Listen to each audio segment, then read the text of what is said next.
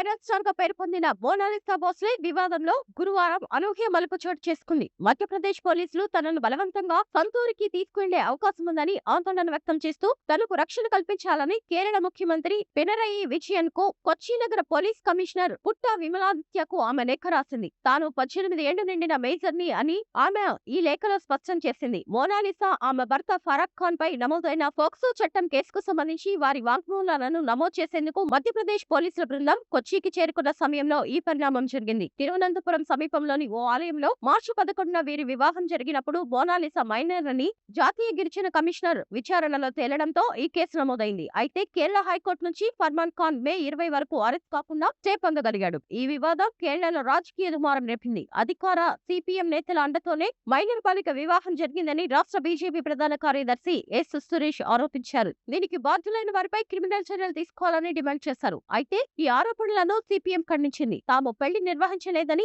విషయం తెలిసిన తర్వాత కేవలం హాజరయ్యామని స్పష్టం చేసింది. మరోవైపు మోనాలిసా తల్లి లతా భోస్లే తన కుమార్తె 2009 డిసెంబర్లో జన్మించిందని, ఆమె మైనర్ అని వాదిస్తోంది. సినిమా అవకాశాల ఆశ చూపి తన కుమార్తెను ప్రలోభ పెట్టి తీసుకువెళ్లారని ఆరోపించింది. పెళ్లి కోసం నకిలీ జనన ధృవీకరణ పత్రం సృష్టించారని కమిషనర్ ప్రాథమిక దర్యాప్తులోనూ ఇదే విషయం వెల్లడైందని తెలిపారు. మధ్యప్రదేశ్ లోని ఆసుపత్రి రికార్డుల ప్రకారం కూడా వివాహ సమయంలో మోనాలిసా వయసు 16 ఏళ్లేనని తేలడం కేసును మరింత సంక్లిష్టంగా మార్చింది. ప్రస్తుతం ఈ కేసుపై విచారణను తీవ్రతరం చేసిన గిరిజన కమిషనర్ కేరళ, మధ్యప్రదేశ్ రాష్ట్రాల సీనియర్ పోలీస్ అధికారులను ఢిల్లీకి విచారణకు హాజరు కావాలని ఆదేశించింది. ఒకవైపు తాను మేజర్నని మోనాలిసా కేరళలో రక్షణ కోరుతుండగా ఆమె కుటుంబం మధ్యప్రదేశ్ అధికారులు మాత్రం ఆమె మైనర్ అని చెప్పడంతో ఈ కేసు రెండు రాష్ట్రాల మధ్య సంక్లిష్టమైన చట్టపరమైన రాజకీయ పోరాటంగా మారింది.